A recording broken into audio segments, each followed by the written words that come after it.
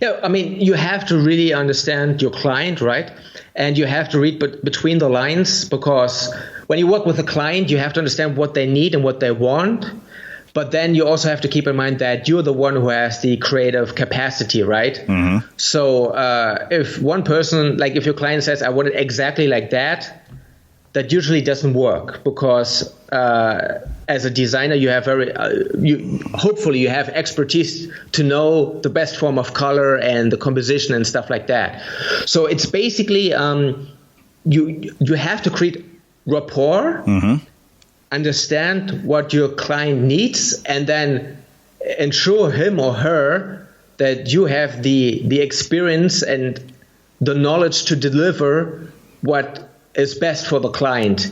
And that requires a lot of trust, right? Because you have to tell the person, like, let me do something. You may not like it, right? But this is something I think will fit that job or that commission.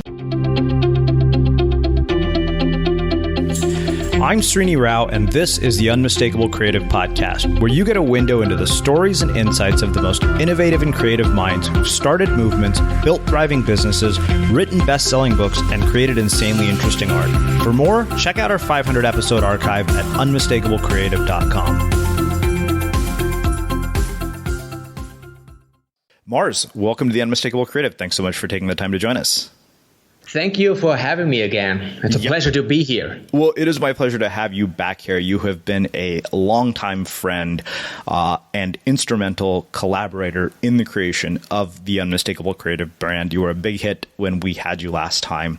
And I wanted to bring you back this time specifically to talk about collaboration, which is a big part of my new book, An Audience of One, Reclaiming Creativity for Its Own Sake. And I thought you were the perfect example of somebody that I've collaborated with that has expanded my own creative capacity through collaboration. But before we get into all of that, I want to start by asking you, what did your parents do for a living, and what impact did that end up having on the choices that you've made with your life and your career? So both of my parents have a creative background. My father has a background in graphic design, and my mother studied like fine arts at university in Germany. And that meant that I was being raised in a very creative household. And I remember like when I was in my teens, when my mother said, you're such a creative person, like, promise me not to get like a normal job at a corporation, do something creative. Mm-hmm. And that was for me like, it was normal for me. But when I talked to my classmates, it was like I was talking about unicorns on Mars or something. Right. Because to them, right, it's like study, do something safe, or work at a company or work for the government, do something that makes sense, that gives you like a real job, so to speak, right? Yeah. And with me, I've never had that experience. I just always heard that argument from friends. Yeah, no doubt. And what about your dad? Yeah, so my dad comes more from a graphic design, like drawing corner, and he was basically doing like also freelance art. He did airbrush later on, like back in the late 80s or early 90s. And then he became like a graphic design teacher, like at a private college here in Berlin.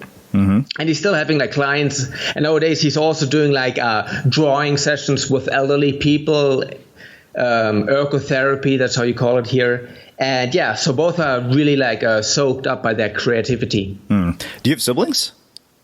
I don't, unfortunately.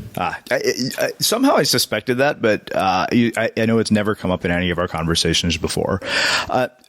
One of the things that really is interesting to me is that you have these parents who have encouraged this. Didn't they ever worry that there would be sort of the uncertainty or the struggle that typically is what concerns most parents about pursuing a career in the arts or pursuing a career that is driven by creativity? Like, did that ever come up? It did.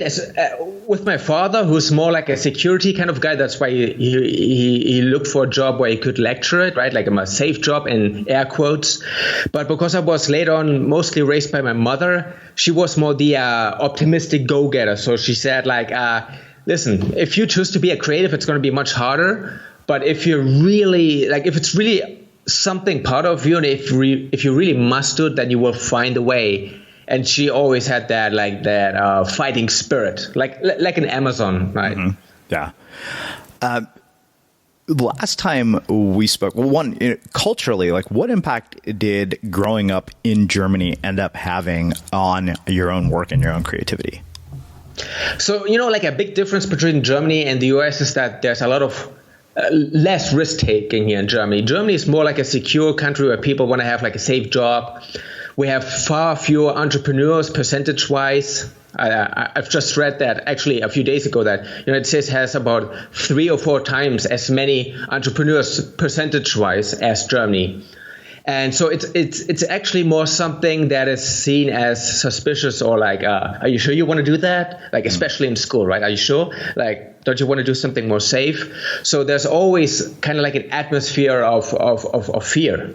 Yeah. There was something in Michael Moore did this documentary called Where to Invade Next. And one of the places that he went to was Germany. And he said that often in Germany, he said, despite the atrocities that Germany has in its history, they have made a commitment not to repeat those things. And people are often taught about the Holocaust in schools and the awful things that happened.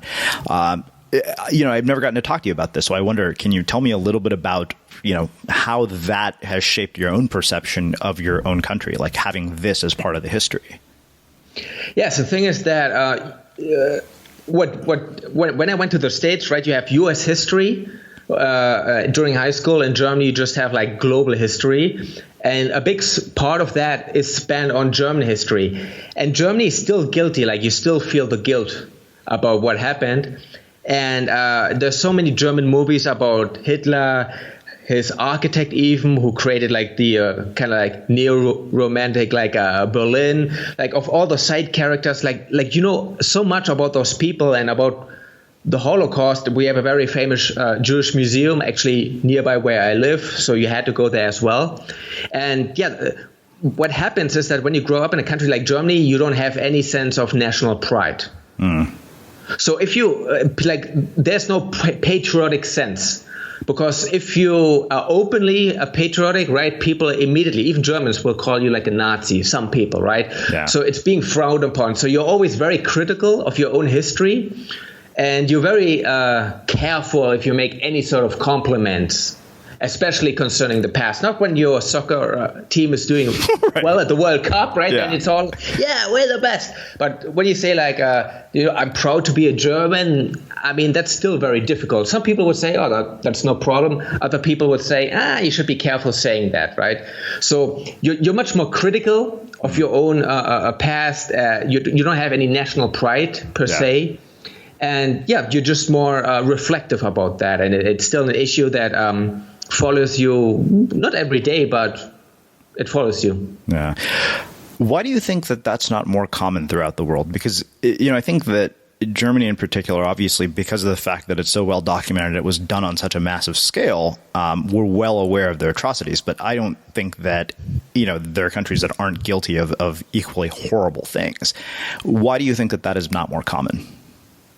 Yeah, well, if you compare it to countries like Russia back then, the Soviet Union, or China, where equally like millions of people have been killed, right?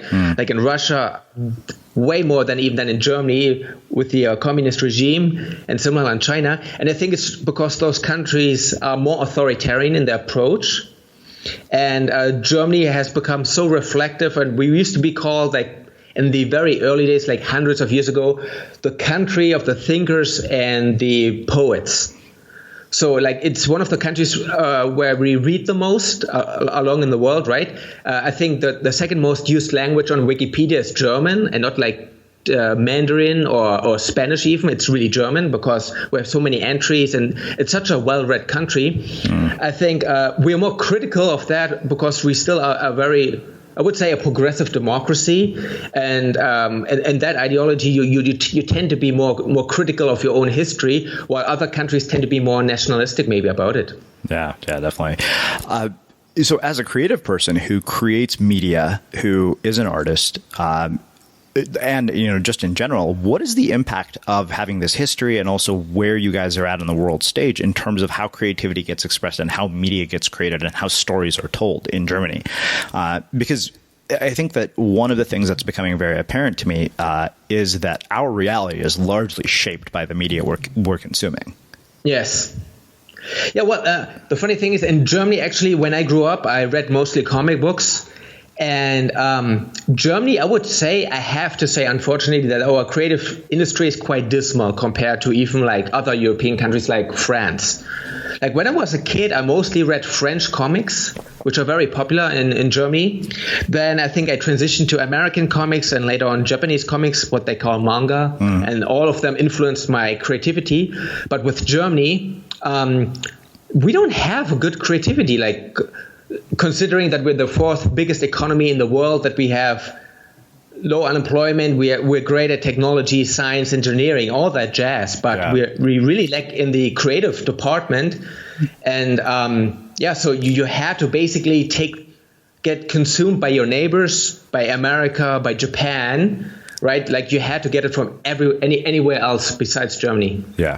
Well, I remember flying a Lufthansa flight to I think my flight stopped in Frankfurt, and I remember feeling, I was like, wow, this airline is a bastion of efficiency. Like this is clearly what they're good at.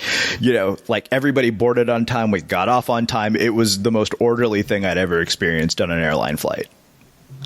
Yeah, I mean, it's a cliche, but it may not be true for every state that we have, but in general, that tends to be the approach of that we're good at engineering because of all the famous car companies, like the chemistry, like the pharmaceutical and all those industries. But unfortunately, like in the creative field, you always lack that. But thanks to the internet, I mean, it was all replaced by creativity from all around the planet. Yeah, definitely. So last time we spoke, you told me about this moment when you were in a grocery store with your mother and found these comic books next to the ice cream. Can you take us back to that moment?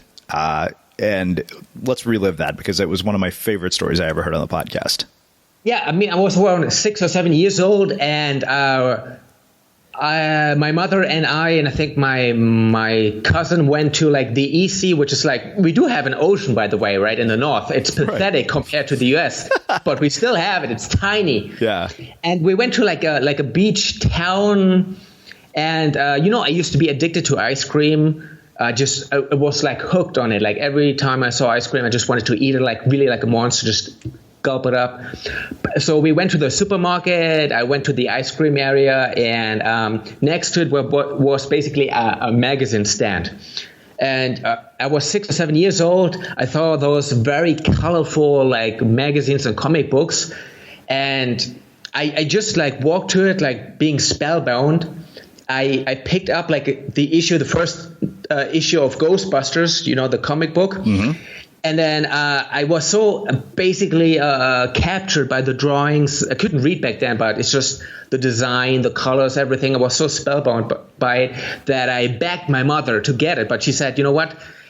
Like, you wanted to ice cream, like you have to decide. Do you want the comic book or do you want the ice cream? And it's almost like in a Hollywood movie where my head switches back and forth, right? Ice cream, comic book, ice cream, comic book. And I went for the comic book because it just impacted me more. And that was basically the start where I started drawing and became a fan of pictures and motion stories and stuff like that. Yeah.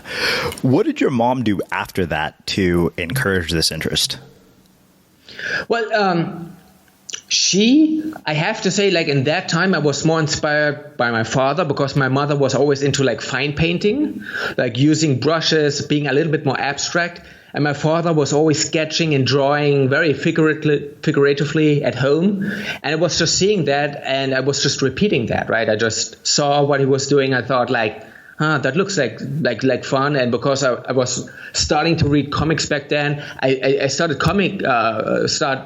drawing comics, copying him basically. And because my mother was also super creative, she said like, go for it, just go for it.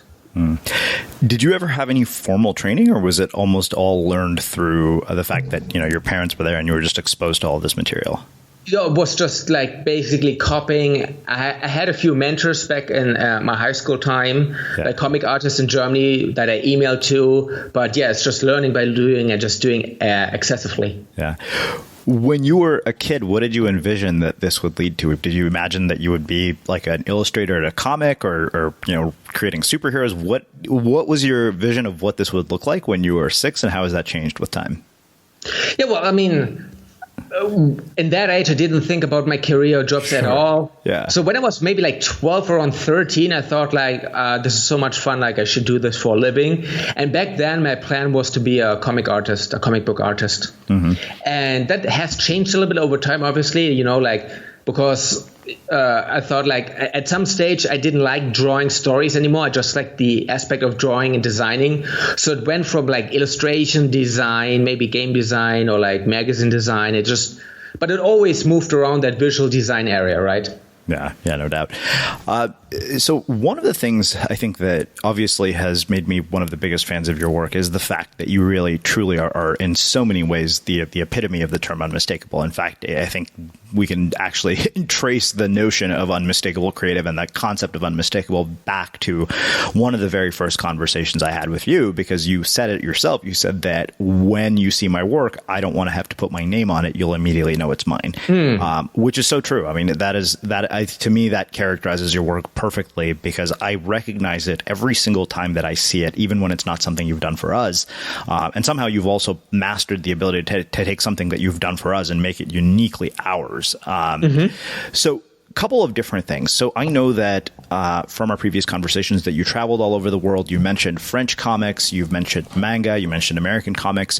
What have you pulled from each culture that has influenced the way that you draw today and your art today?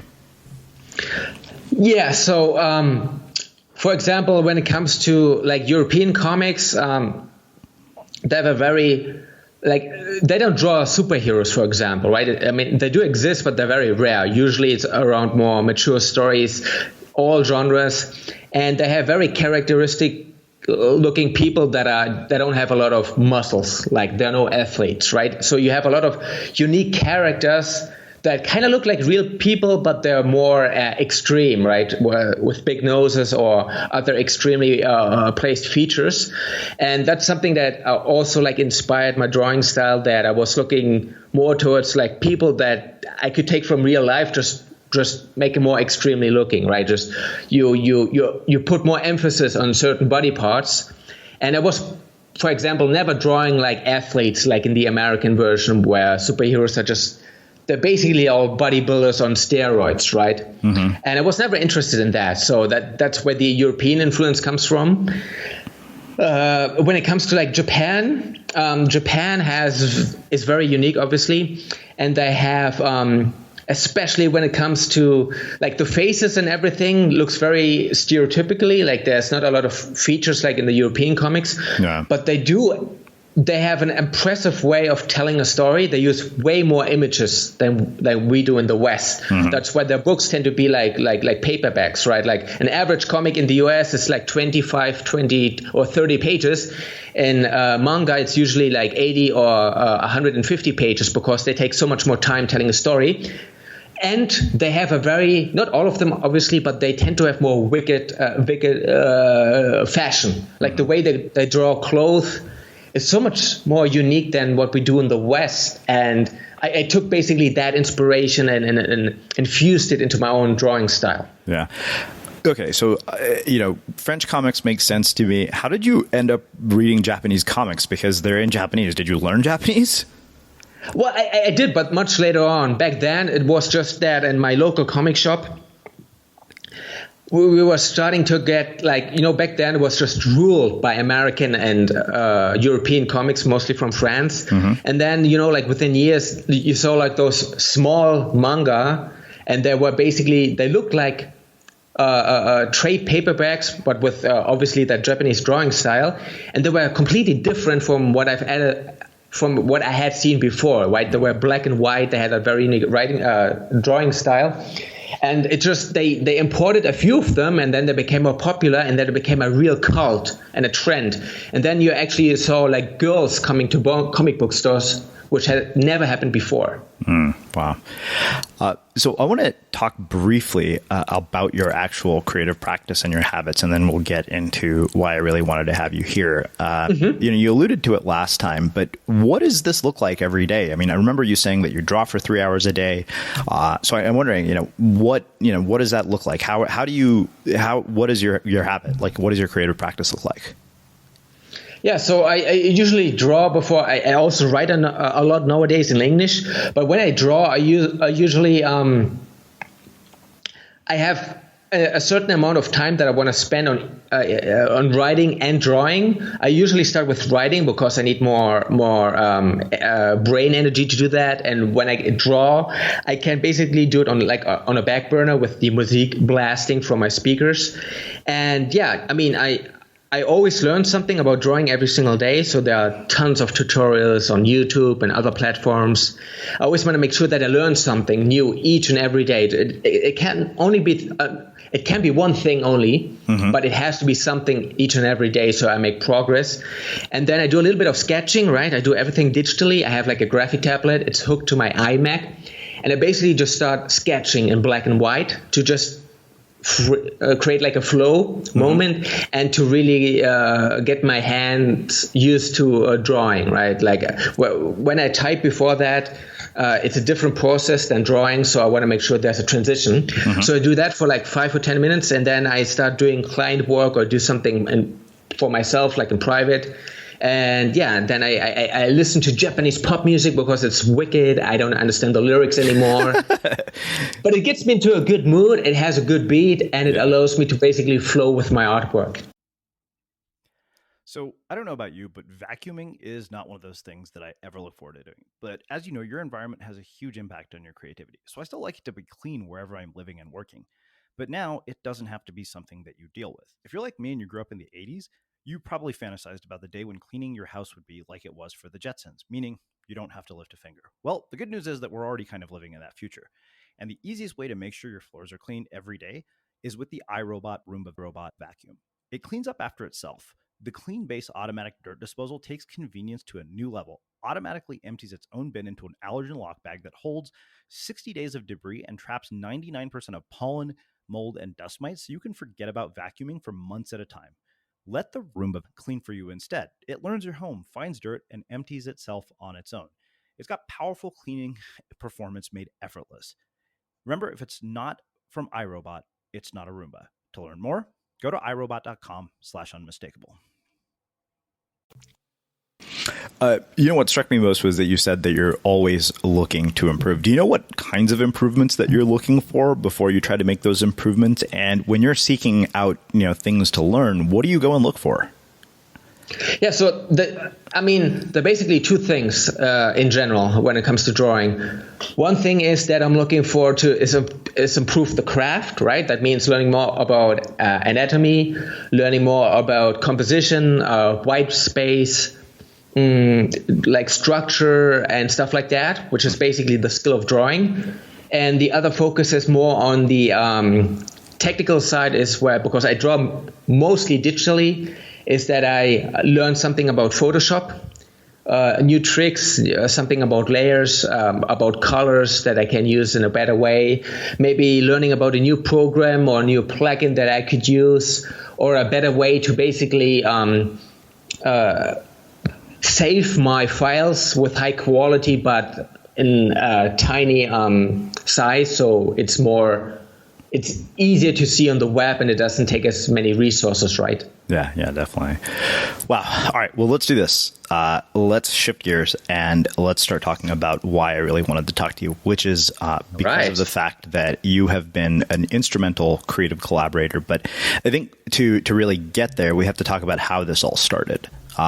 So talk to me about what made you see an opportunity to collaborate with me? And I'll kind of, explain my thought process behind why I started to understand the power that we had doing this together. I have to think back I remember that you were approaching me because I was popping up in the blogosphere all over the place. According to you, you made me like really good compliments, very specific ones too. And then you interviewed me, and then I started following you on Twitter, and we had a few tweets back and forth. And I don't even know what the first project was. Was it like a cover that I designed? It was a book cover. It was a book cover for the Small Army Strategy. And I remember you read the book and you came back to me and you said, Srini, this book would be much better if it had a good cover. Exactly. Like I loved that book. I thought that for some reason, I could really add something to it.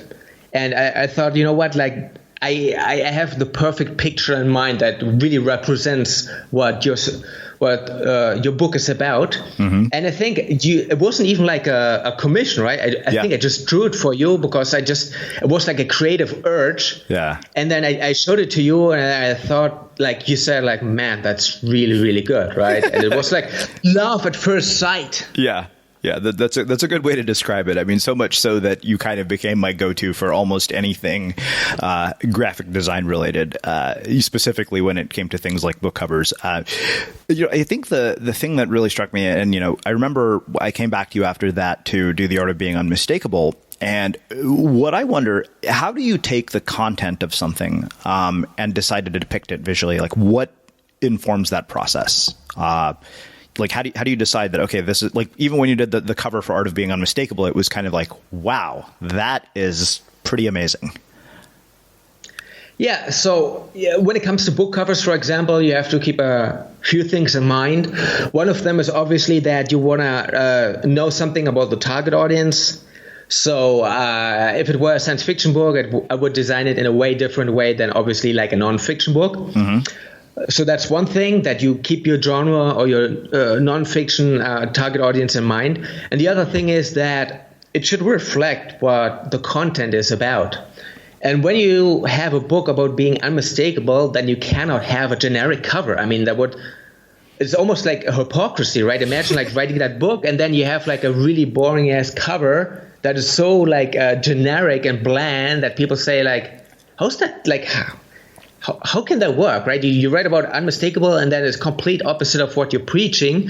So I had to make sure that person, right, that has a very unique fashion style, that is very energetic, and then that the cover itself speaks exactly what the book is about, so that it's congruent with the message. Yeah. And it didn't take long for me to create the sketch, right? Obviously, like the details and the colors, that took a while. Right. But to have that idea of that figure and that almost heroic, energetic pose, that was basically like coming like a thunder to my mind. Yeah, no doubt.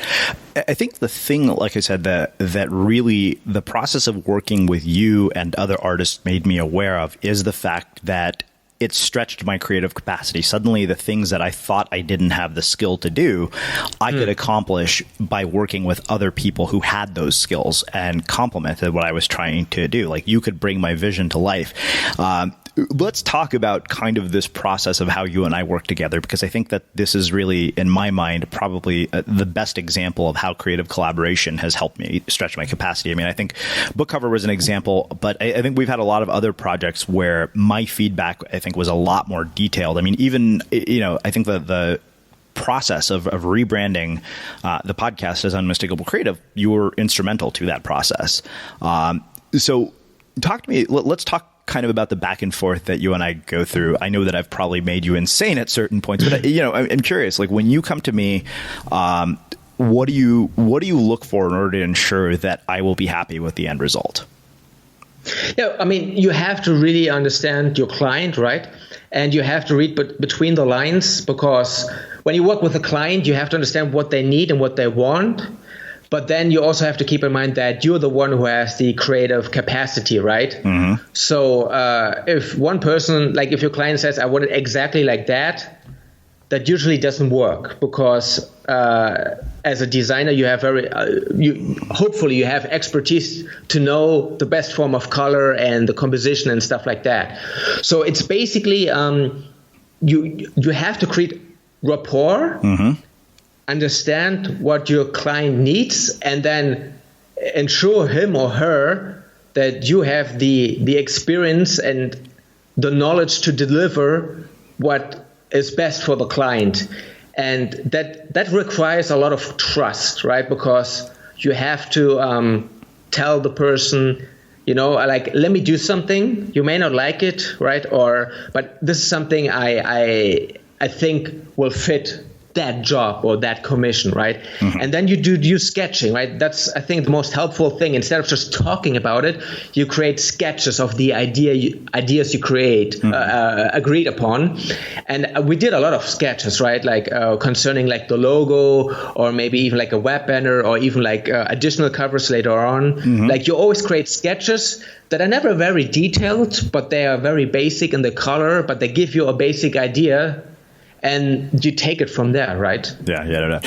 I think the other thing that you have always done, and I think this is largely something I learned from a handful of projects, is that you always put options in front of you, but you never go too far in any one direction until I say, okay, like, you know, your sketches tend to be far less detailed, and I'm like, okay, I like this, I don't like this, choose this, you know, and I think that in my mind, that's been really kind of one of those instrumental things.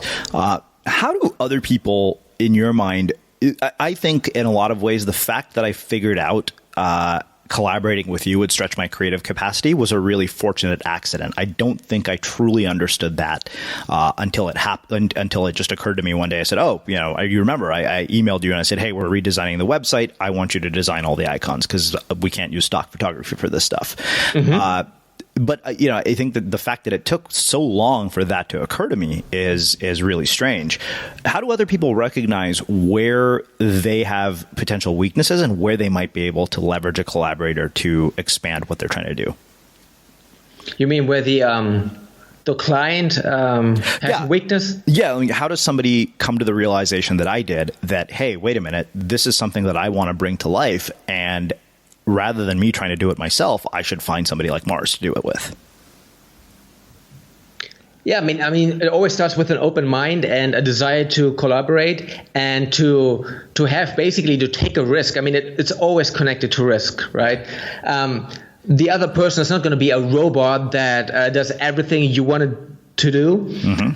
You have to trust that you're hiring. The reason why you hire someone is because you usually don't have the time or the talent to do it yourself, right? Yeah. So it's a back and forth.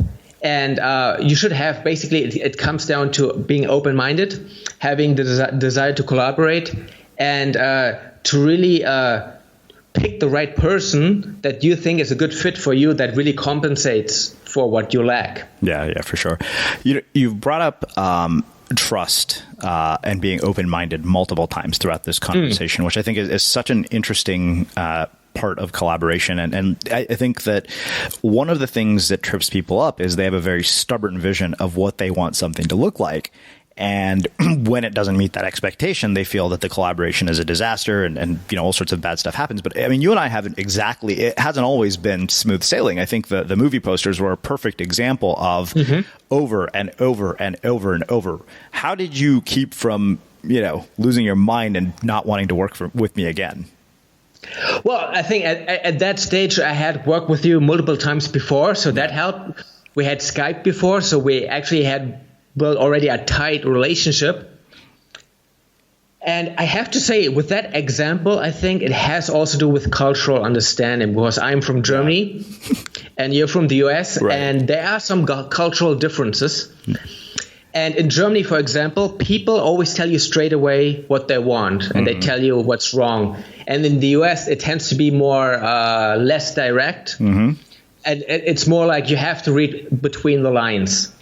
Yeah, no doubt. And then you have to think, because I was, you know, for the posters, a lot of them were women, right? Yeah. And that was my German style, where I thought, you know, just like be inspired by the photographs and then draw the way they are. And if they have like crow's feet around their ears, right? Then you include it, and you were basically saying, no, you can't do that. Like, that's gonna like, I can't have them, right? So I was a bit more pleasant, and I did a little bit of youth extension concerning the characters, and that was something I realized later on. Well, it was really, I think, one of my favorite projects to work with you on, even though at moments it was a pain in the ass, because to me there were moments that were hilarious. It was like, you have to make this person look younger. I'm like, there are way too many curves on this person, you know, stuff like that. But I think the thing that really struck me about that project was how this collaborative process is very iterative. How, you know, you keep going through, you know, one round after another until you get get to a point where you're finally like, all right, this is, I mean, I like to this day, I am blown away by how amazing that turned out. And I remember when people walked into the room, particularly speakers, and they saw those for the first time, they were like, wow, this is by far one of the coolest takeaways you'll ever get from a conference. Yeah. And I want to add something to that. I think the thing why it was a little bit complicated, right, and why we had a lot of back and forth was because before that, everything I did was for you and your brand, right? Right. And in that case, it was, of course, for you and your brand, but it was also appealing to the speakers who were being represented. Yeah. So I was only thinking about pleasing you and thought, like, I know he likes this one, right? He will like this style. Yeah. If I do it like that, he will like it. Yeah. And I had the people that I was portraying not in mind. So I was not thinking about pleasing them in any shape or form. Yeah, for sure. You know, the other fun fact about this is that you and I have actually never met each other in person. Yes, it's After, crazy. What, 5 years of working together? No, longer, man. I think it's 7 or 8 years by now. So if we've never met each other in person for 7 or 8 years, what do you think that has allowed us to sustain such a powerful collaboration that, you know, like has gone so well? Well, first of all, I still think you're like an alien AI that is communicating with me. No, so jokes aside, it comes down to, I think the relationship we've built, we can only build over time. Yeah. So there's no way you can have that kind of depth with your first commission, right? Mm-hmm. And it's something like, if you build something for the first time with another client, your first commission, right, you can really quickly see if you can build rapport or if you can build something that goes beyond just having a standard client agreement. Mm-hmm. And because you really dug my style and I really like what your brand was doing, the inspirational aspect of it, like the backstory behind it, you know, as soon as we had like a second or third project, I was understanding you much better. I was learning more about your brand. And the more you learn about someone, the more you understand what their desires are and what they want to express with their brand. I mean, you can't help but being more emotionally attached to it. And then obviously after a while, it turns like into like a friendship basically. And it comes down to interest, curiosity, finding common threads, mm-hmm. and taking it from there. Yeah. I think that, you know, you brought up interest, curiosity, and common threads. You know, as I was writing Audience of One, I dedicated an entire section to this concept of collaboration, and I looked at the common threads between the collaborators that I had very successful collaborations with, and I think the thing that really probably the things that stood out to me were there's no ego or envy from either side for each mm-hmm. other's success or lack thereof in cases. You always basically put the partnership over each other's individual gain. Mm-hmm. No ego at all, which we kind of talked about, and also confidence in one another, I think, was another really big one for me because, you know, I always, anytime I've done something with you, I feel confident that you'll deliver. Like we may not start out with what we want, but I know that the end result will always end up being what I want it to be. Yeah. And because you knew what you wanted, and I knew that I knew what you liked about my style, right? So it's really about building the trust. And yeah, and after trust, right, obviously you build the confidence because you know each other quite well in terms of the work. And like you said, like, you know, if I had focused on my ego and just pleasing myself, I think we could have never built that relationship because, you know, my goal was basically to make sure that my artwork really helps you and your brand, that you have a direct benefit, right? Mm-hmm. And if I only think about pushing certain styles or thinking like, this should be it because that's my trademark and that's what I would like to see, then, I mean, it's just a blatant disregard for your client. Mm. So it really matters how you spend your focus, right? If it's just on you and presenting yourself, I don't think you can build any good relationship with a client, right? But if you really focus on giving value to that person and focusing on them and improving their brand and their life, then I think there's much better collaboration happening. Yeah. How much of your work do we not see? How much of it is done in private that you keep for yourself and you do just for the sake of your own joy? Well, with you specifically, I show you a lot of my work. Sure. Because like all, like the alternative, the sketches, the version A, B, C, D, what have you. But with other clients, I do some sketching that they will never see because it's quite, to put it in air quotes, dirty, right? It's not very specific. It's just for me to help me think about what I'm supposed to do. Yeah. And quite frankly, a lot of it is also thinking, which looks like daydreaming, but it's actually me like really thinking about what I'm going to do, like what is best for the client. And that is also part of the work because I cannot just like start right away the very second after I have like the instruction, right? I'm not a robot. Like you have to ruminate, you have to consider multiple angles, and if you have thought it all out, then you start with the first sketch and you think like, how can I show a better alternative? How can I show something from a different angle? And then you just build it step by step like a Lego pyramid. Mm-hmm. Yeah. But the other question, I guess, is how much of this, other than sketching for clients that you don't show, is there work that you do just for your own joy, that you want to create, you want to see exist in the world, and it's just for your own enjoyment? That's a good question. I do have a sketchbook, and I do occasionally sketch in it. And I haven't shown much of it to the world. Mostly, it's about figures, certain concepts. I love science fiction and technology, so I draw like new inventions that I could use in my story or maybe in my artwork. But I have to say, lately in the past years, most of what I do is actually like always with the intention to please a client or to just put it out there in the world and maybe gather interest. So because, my father is very reclusive with his work. Like he's just, most of the stuff he creates, he never shows to anyone. Mm-hmm. And I always thought that was a waste of talent. Like as a creative, if you create such amazing work, you almost have like a responsibility to show it. So I tend to actually show most of my work nowadays. It's interesting.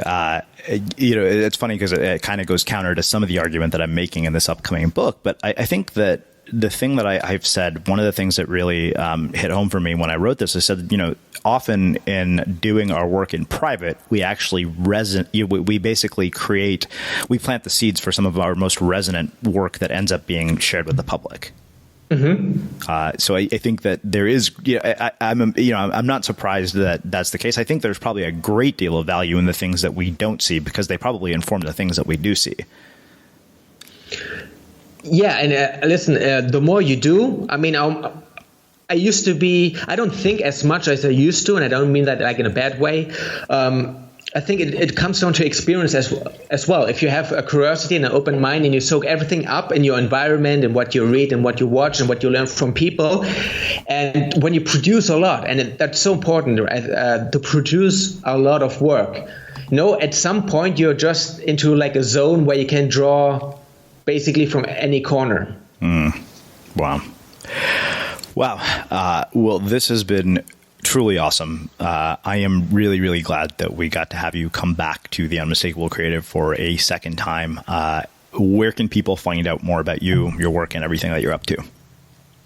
Yeah, so my home base is still Mars Dorian. .com. It's Mars like the red planet and Dorian like the picture of Dorian Gray. And Mars Dorian is basically my handle that I use for my entire presence. So if you want to follow me on Twitter, do it at marsdorian.com. Instagram as well, at Mars Dorian. It's a bit more visual. You see all of my drawings, books, covers, and stuff like that. And yeah, that's where I usually hang out on the interwebs. Awesome. And for everybody listening, we will wrap the show with that. Thank you for listening to this episode of the Unmistakable Creative Podcast. While you were listening, were there any moments you found fascinating, inspiring, instructive, maybe even heartwarming? Can you think of anyone, a friend or a family member who would appreciate this moment? If so, take a second and share today's episode with that one person, because good ideas and messages are meant to be shared.